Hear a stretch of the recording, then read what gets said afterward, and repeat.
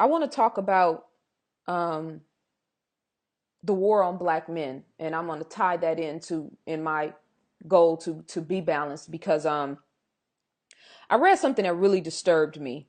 There's an article on blackgirllonghair.com. Activists hang highway banner blasting black men for not fighting for women in Black Lives Matter. This was posted August 10th of 2016. And basically there is this picture, this sign that they held up on a freeway.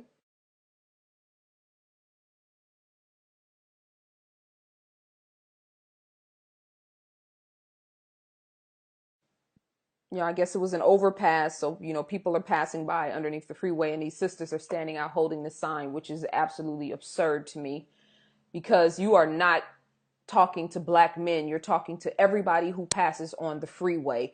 This is the thing that, and let me start with this. Let me stop for a second. I am so sick and tired of black women not accepting responsibility for ourselves and blaming everything on black men. The sign says, "Dear black men, cisgender and straight," in parentheses, "while you're busy not fighting for us, remember that you're killing us too," with a black fist, right?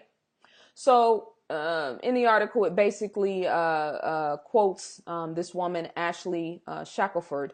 Let me read this. It says, "A few days ago, activist Ashley Shackelford publicly held black men accountable for their lack of support during the more recent killings of black women. The black male response to the police killing of Corinne Gaines on August 1st has been particularly disheartening for many black women."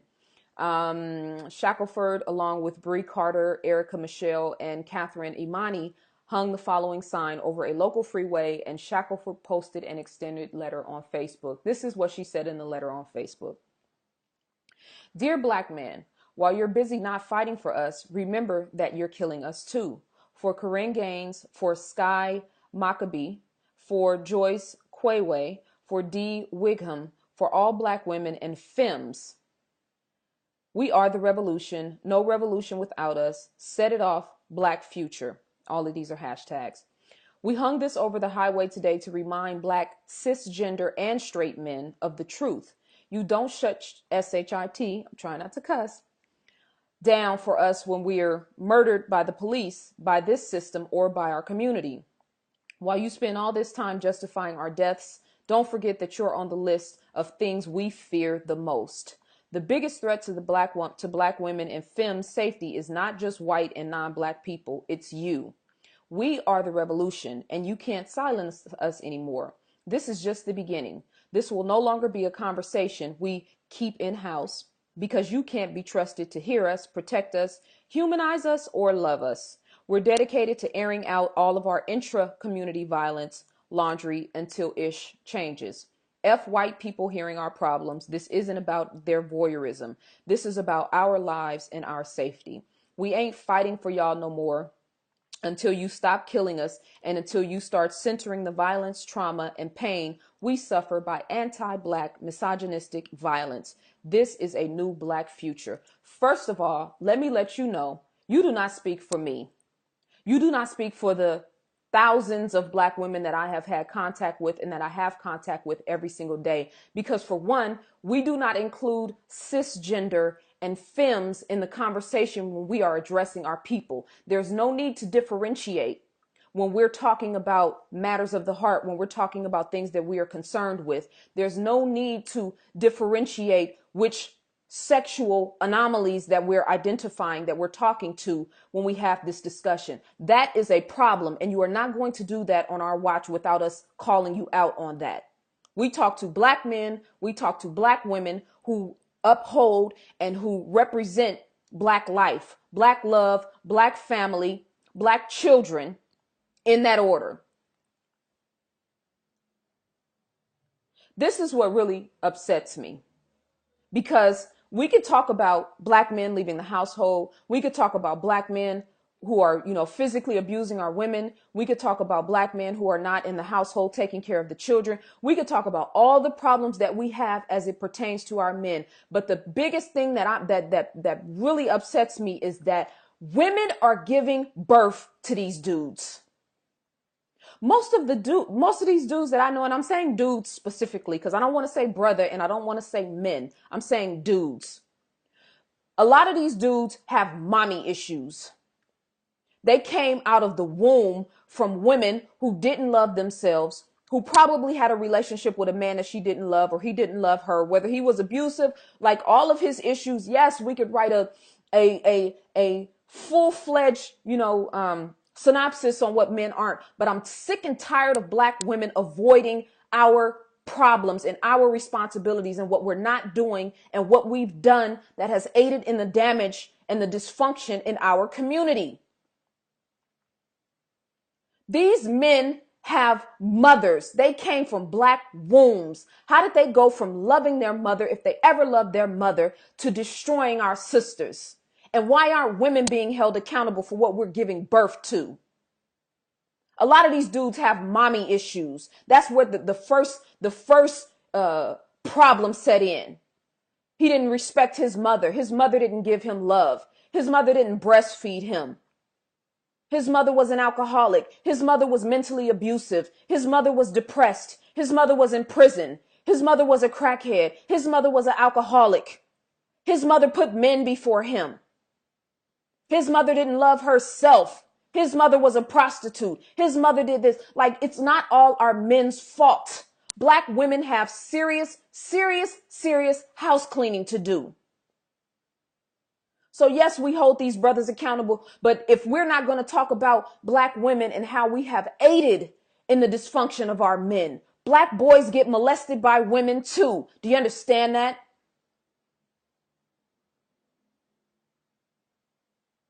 There is a very sick dichotomy happening right now where you have all these Black females, these femmes, and these anti-Black men and these, Black feminist columns, and everything's always pointing the finger at Black men. Meanwhile, Gabby Douglas, one of the greatest athletes in the world, is getting dragged and drugged all over social media by Black women, talking about her hair.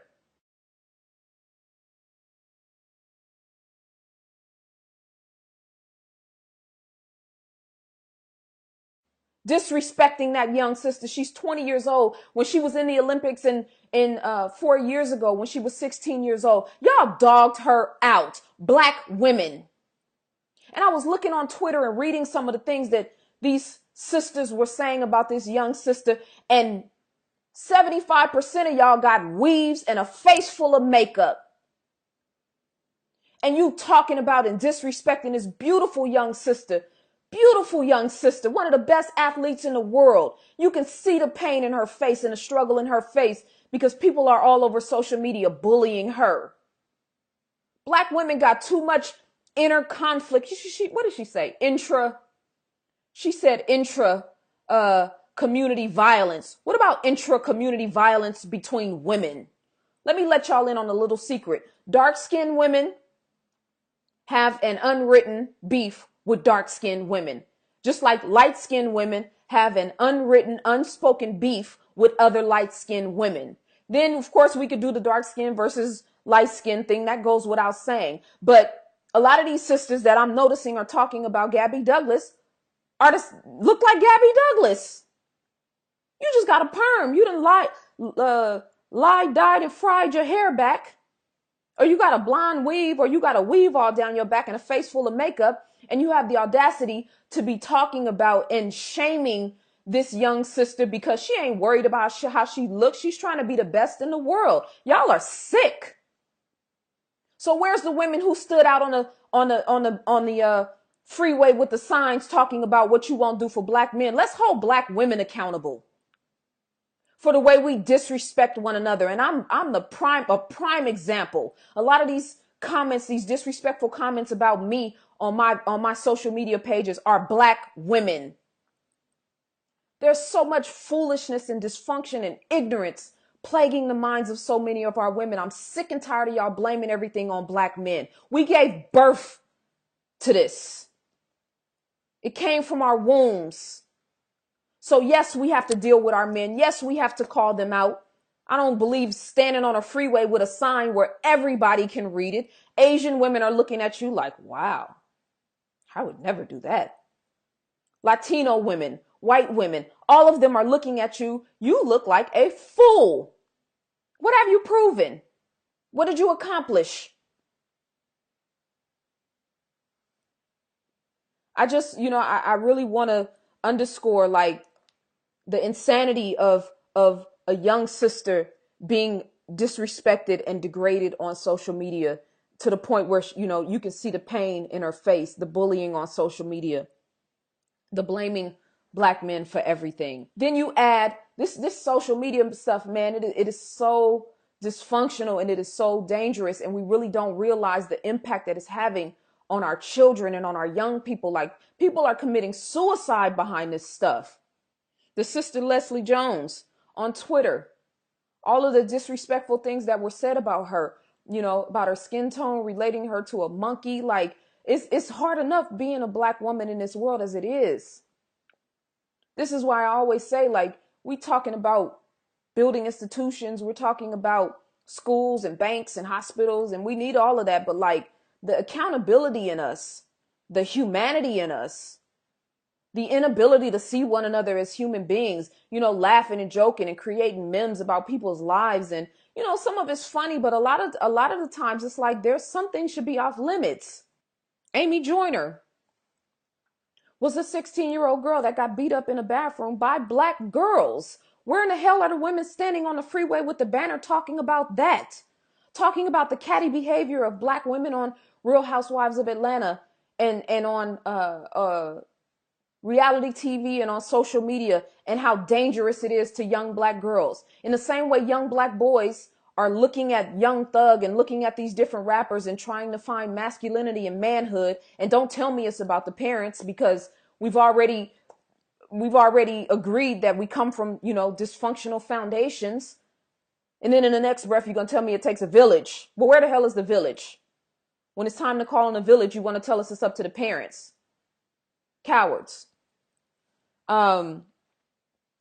So, Amy Joyner and, these hood fights and whatnot, where girls are like beating up girls. This school in Oakland, these girls up here are so atrocious. They're beating up each other and bullying one another, and on social media, disrespecting one another. And, like, where are you at on the freeway with the banner about black women and the war on black women by black women? The condition of young black girls right now. Have you looked at Periscope? Are you aware of what's happening on Twitter and on Facebook and on Snapchat and the condition of our daughters? You mean to tell me that's all black men's fault? Where's the consensus on that? Where's your high alert? Where's your state of emergency as far as our daughters are concerned?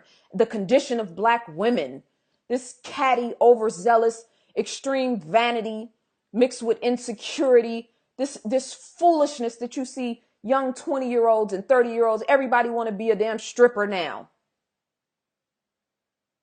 Black women think that all we have is our sexuality. All you have is your breast to your behind ratio. And, some of that has to do with our men, but a lot of that is us competing with one another, not having a solid foundation, a core foundation of self-love, of emotional intelligence, proper guidance by other women. I can't tell you how many women that I come across as I travel and talk to different sisters who've never had a healthy relationship with another woman. We gonna blame that on men too? We gonna blame the $500 billion to $1 trillion that we spend in the hair care industry on weave, on perms, on braids, on synthetic hair? We gonna blame all of that on black men too? While we don't acknowledge the fact that our schools are dying, that our bookstores are dying, that we haven't created sustainable businesses in fields that we actually need. I'm not talking about beauty supplies and t-shirts and incense and oils and those things are great. There's nothing wrong with that. But I'm talking about sustainable businesses that can uphold our people. Are we waiting for our men to do that? So the point that I really want to underscore is that we as black women have to start being more vocal about what's happening with our men, the feminization of black men, the masculinization of black women. If you don't know about the study that Tyrone Hayes has done on Toads, atrazine and Surgenta as a black woman, then you're not on your square. Period. Like, there is a scientific war that's taking place right now. Then maybe we can look at our sons and our men that we come in contact that are in this homosexual war. And I'll call it that because we have to be concerned with our ability to give birth. We have to be concerned with sexually transmitted diseases. We have to be concerned with men being raped in prison. We have to be concerned with pedophilia. They say there's 4 million pedophiles in the United States at any given time.